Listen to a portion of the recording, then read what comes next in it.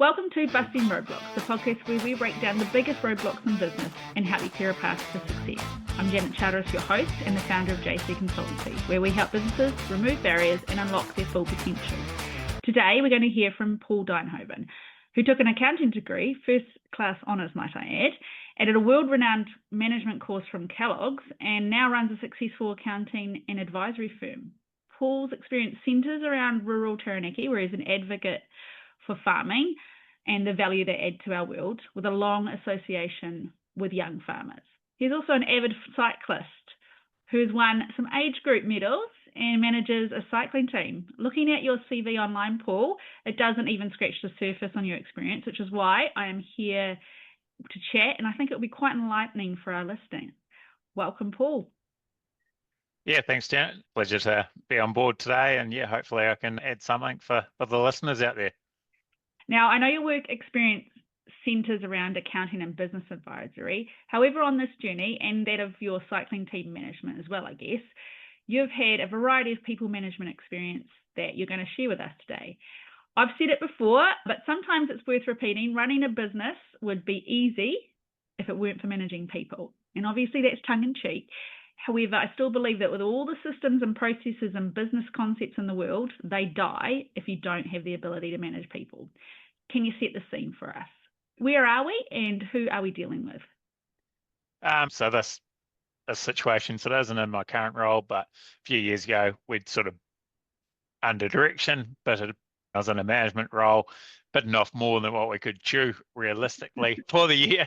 And I probably, at the time, I didn't have the confidence or didn't have the strength to just push back and just say, hey, this isn't realistic. So it was a case of trying to manage through that scenario, be authentic and real with the team, and then come out the other side of it and try and keep everyone together along that journey. So that was pretty challenging, and it was just created additional pressures on the team. And the roles that I've had, I've sort of tried to think about what the good leaders that I've liked have done and taken the bits that I haven't liked so much and really tried hard not to replicate that. It's certainly a balance between being the boss and being one of the team, which is a bit of a tightrope at times too. There are times when you have to be realistic, and not every situation has got a plan B, and sometimes it's just a case of being able to manage through that plan A, keep the team together and get out of the other side, and then once you're out the other side, be realistic around what those challenges have meant for people within the team and what people need, and as far as leave goes and just recovery time to a certain extent. And that's one of those sort of learnings, realistically, trying to chew off any more than 2 or 3 big things at any one time is just too challenging. Part of that journey has been in and around knowing how to delegate effectively and then letting people get on with their jobs and trusting them to do what you've asked of them. So yeah. And it sounds like the interesting bit with you is you've been in this situation where you've had this pressure on top of you, but now that you've evolved, you're probably also now that person putting the pressure, having learnt what you did in this situation. And then when you're managing, you're like, I can kind of see why they did this. I don't want to replicate it, but is there another version of me that could do this slightly differently and get better out of the team? So we're looking at essentially a roadblock that's people management issue, but I said, the push back, which is kind of the situation you had here, is often almost harder than the push down, right? Because you're managing a relationship up. How did you handle it? How did you get the management to, I mean, I guess you still had to achieve the work and you had too much on. How did you manage the situation to get the best result for you and for the rest of your team? Part of it was when we were actually in the trenches, it was being realistic about the scenario, not trying to sugarcoat it any way, shape or form, or part of it was taking other pieces of pressure off. So going back to what the absolute key imperative things were, and then trying to take out some of those other pieces while we're in that stage. there just wasn't the capacity to be doing a heap of business development or a heap of training or other things, which ultimately are absolutely essential for the long-term health of the business. But in a needs must type scenario, they can be deferred for a short period of time just to enable the work to get done ultimately. The other thing that we were trying to do at that time was to get in a little bit of external resource just as to where that helped take some of the pressure off. Yet we didn't like doing it. It wasn't our first choice of call, but where we could leverage external providers to do some of the lifting. And we tried to make use of that where it made sense to do that. And that didn't run perfectly either, but never does. It was probably 80% of what we needed. So then we dealt with the remaining 20%. If we hadn't have done that, then that probably would have made that hill even steeper. And I guess this is the joy of hindsight, because in the moment, I'm sure you're going, oh, what do we do? Which one do we throw at the wall first, and which one do we prioritize? Because focus and prioritization can be really simple if you know exactly where you need to get, right? If you know it's really clear, then you're like, right, that's easy. But getting external help, because exactly what you've said, some of it is amazing, and you're like, this stuff, we can get anyone off the street who's got this qualification to do it. When you were in it, was there anything that at any point, because I like the stories that are not perfect, because perfect stories we both know don't exist in business. Where was there any point where you were like, oh, we're drowning? What's that trigger that got you to get that clarity and be able to focus and prioritize? We sort of found, after the fact that we've since implemented and assist us, anytime we're dealing with anything external, we almost over-engineer what we're giving them in terms of the amount of instruction and the clarity and the feedback on it. Yeah. So if you're trying to set it up as much as possible and set them up for success in terms of what you're asking for, it makes a big difference for the quality of the results that you get back. Yeah. So that's basically being able to articulate well your internal system of what you're expecting. If you can do that, you've got a greater chance of success. And often that only comes with experience. And I know it shouldn't, but I think when you've done what I would call a bad brief, and that's classic saying, garbage in, garbage out. So if you're too wide on your scope, you will get too much back, right? Whereas if you become like, I don't know if you remember, we did it at school, where you would have to explain doing something to an alien if they'd just landed on Earth for the first time. It's that kind of mentality that goes, this is what I want. This is the end result that I want to see. I want these specific outcomes to be outlined and how we're supposed to implement them. And it might feel like you're being too restrictive, but sometimes, particularly under pressure, key. Right. Let's talk about the whole explain things to an alien. I was like, imagine trying to explain rugby union to an alien. But getting help and that sort of thing. I was sort of, grew up with a bit of a perfectionist sort of mentality, and also believing I could sort of do everything myself. Very Kiwi. And the reality in business and with teams is that you have to be able to reach out for help and know when you need help, and you'll never, or very rarely, you'll hit that perfect sweet spot of when the right time is to ask for help. But if you're thinking about it, that's probably the sign that you need to. And it might be reprioritizing some of your team's capacity to help you on a certain task and project. It might set a bit of a chain reaction, a merry-go-round of things that need to be reprioritized throughout the team. But generally, someone somewhere in the organization will have some capability to be able to help. And we haven't got a huge team. They've all got unique sets of skills in certain areas. And, sometimes it's not necessarily the hat that they necessarily wear. It's more around the skills for a role at that particular time. And sometimes you just don't know what capacity or capability people have until you give them the opportunity. That can take some pressure off someone somewhere else in the organization to then give them the capacity to do more or do something different. Yeah. And I think what I know about you, Paul, is that you are an excellent networker. So I think you have met enough people that if you really saw a gap that you guys couldn't fill, someone who knows someone who can help with that. And yes, that's sometimes a bit of an art form as well, just knowing people and knowing who's got skill sets and in certain areas. And they are usually quite good referrals once you've met these people. So in this situation, we had to prioritise, and we've learnt to comms beyond, I would say, the alien understanding what we're going to do ongoing. That's our big learning from it. Is there any other major learnings that from this particular situation where you're under a lot of pressure, you've taken on too much work, and it's not necessarily your decision, but you've had to push through it? You've got extra resources, you've prioritised. Is there anything else that has flowed on to future work and really, I guess, been an asset for new clients as they come on because you learned it through this? And I would say hard way, because when you're under that much pressure, it is really hard to see clarity. Yeah, to a certain extent, that bit of empathy. It's one of those things until you've actually been through it, you can't. Yeah, it's hard to experience and hard to understand. And part is to a certain extent a willingness to, where we see the need to ask people and try and be proactive in terms of connecting with the people that you think might be able to help them. Yeah. Because if you're just in that spot, sometimes even just the prospect of picking up the phone to ring someone else just feels like another job. Whereas some instances, if you can get the person to ring them, then sometimes that can get the conversation flowing, and that might lead to other things. Yeah. We did pull through.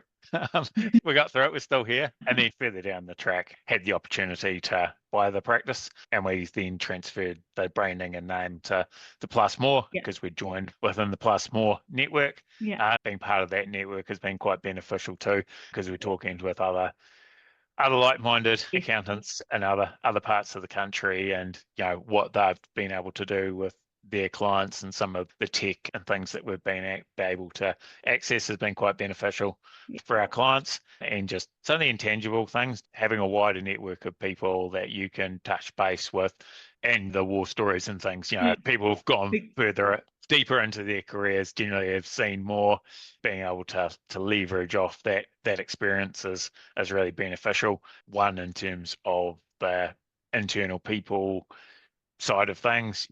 I certainly don't proclaim to be a people expert by any stretch, and I've got a lot to learn, and a lot of areas where I can grow and develop, I think, in that space. But just having the benefit of hindsight and experience from other people is certainly useful at times, just to be able to benefit from their experience. The more challenging things I think you've been through, the more confidence it does give you to deal with new and different challenging situations that you may come across. Yeah. So I think what you're saying broadly there, what I'm hearing is you've been able to tap into some knowledge capital, which is it's invaluable, right? That's why people have mentors. But by becoming part of this group, you've broadly just got them instantly, and then it's just developing relationships and asking the right questions of those people, like you said, been there before, been there, done that, can absolutely help and are willing to help.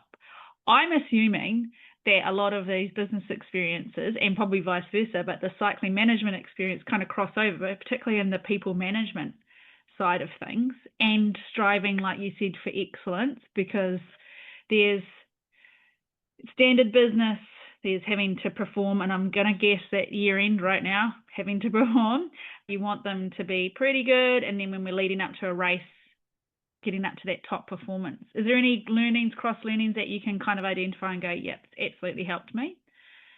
Definitely being able to let go and trust in terms of that delegation piece, managing the Latitude cycling team. So basically a group of younger guys, up and coming sort of cyclists from around the country. So even that presents some interesting dynamics when you are bringing together a group of guys that haven't always been able to race together or communicate, and having them work together for 7 days in a 800, 900k race where they're trying to be at peak performance day in, day out. It presents some interesting challenges in and around logistics and team dynamics and management. But a huge part of it is being able to have the right guys in seats, and part of that is the types of people that you want to be want to be working with. Mm-hmm. Some of that alignment and around culture and values and being able to set the scene and set the tone for the team. Well, once the guys are out on the road, they have to be able to make their own decisions. And we just, as management, we sort of have to trust them to make the right call at the right time. And when they're not always going to get it right, and there's going to be things that are going to happen on the road, but when they've happened, it's a case of, okay, well, we reset, we learn the lesson from what went well, what didn't go as well as it could have, debrief, and then we move forward. So yeah, it's a difference between the 2024 tour and the 2025 tour, quite substantial. And I certainly felt a lot more relaxed and able to direct the guys with better quality guidance and base and being able to fall back on the experience from the year before. We had a lot more of the little things that made a difference lined up for the boys, and we had a group of guys that knew what their roles were. So they had the clarity of the role and a clarity of expectation each day, and some days didn't go to plan, but where possible, guys were giving themselves the opportunity to get results. One of the things I was most proud of was on the second to last day, we had our top rider, and he unfortunately got caught up in a crash. So that took him out of the race. His bike was completely broken. He had some pretty nasty grazes and things. So basically had the ambulance looking after him. So then we had to basically get back to the guys, pass the message through to them. And so then that sort of meant one of our guys who wasn't expected to be critical at the end of the stage suddenly became critical, because for the team's classification, we're relying on our top three riders and their top three finish. Yeah. So we had someone that was basically had to have a complete reset of how they were approaching the last 50 Ks of that stage. Yeah. Bluff Hill at the end of the stage to try and maintain that position in the team's classification. Yeah.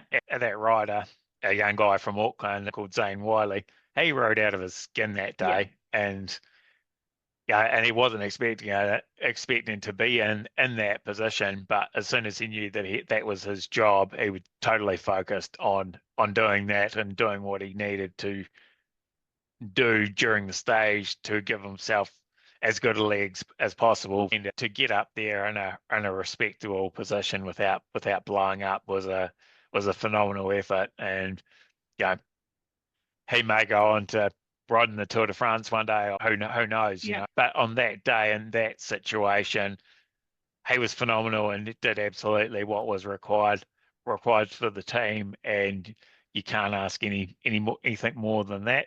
Yeah. And so as parallels, if you've got people that can know their role and are able to do that to the best of their abilities and perform for the team, and you've got a team working together, it's certainly something that's pretty satisfying to be part of. Well, I think that's an excellent real life example of how people management and self-awareness, and I think self-awareness is also for you, right? Because you've totally evolved in that time, and even in that 1 year, about your management of that team, and I'm assuming that correlates also to management of the business. But that commitment to continually learning, and I think your self-deprecation, saying you're not an excellent people manager, it's a continuum, and you should always be trying to be better, and that's probably what your perfectionism is coming in, is you always want to be better. So you don't have to be perfect at that, you need to just continually be better. It's a clear link, and you've already made it, between that team and your business. So setting direction, communicating, aligning the team roles, and then getting out of their way and letting them do it, or also getting out of their way and letting them rise, right? So he absolutely rose to the challenge. So as I jokingly said at the start, business, all of these things would be easier if you didn't have to have the people involved in it. But the best practitioners are always learning and apply their knowledge through the lens of adaptation. Right. Now, can you tell our audience how they can get hold of you right now? Yes, so Plus More. So we've got a landing page as part of the Plus More group website. So there's the Taranaki office. Our website's plusmore.co.nz. also got an office in New Plymouth. So we're at 56 Leach Street in New Plymouth. So either of those options, love to have a chat with anyone that's interested in working with us. We do a free 1 hour initial consultation for anyone that is interested. So no obligation, no risk. Really keen to work with small and medium eating businesses and people that are keen to get as much as they can out of their businesses.